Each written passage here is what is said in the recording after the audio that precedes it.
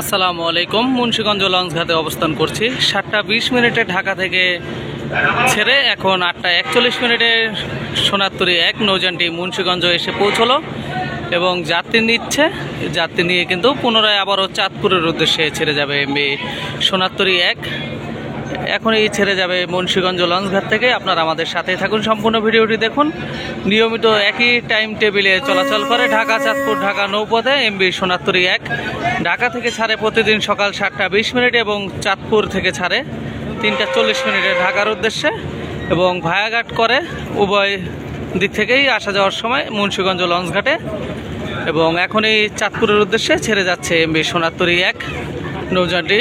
পুনরায় 3:40 আবারও চাঁদপুর থেকে ঢাকার উদ্দেশ্যে ছেড়ে আসবে নৌযানটি।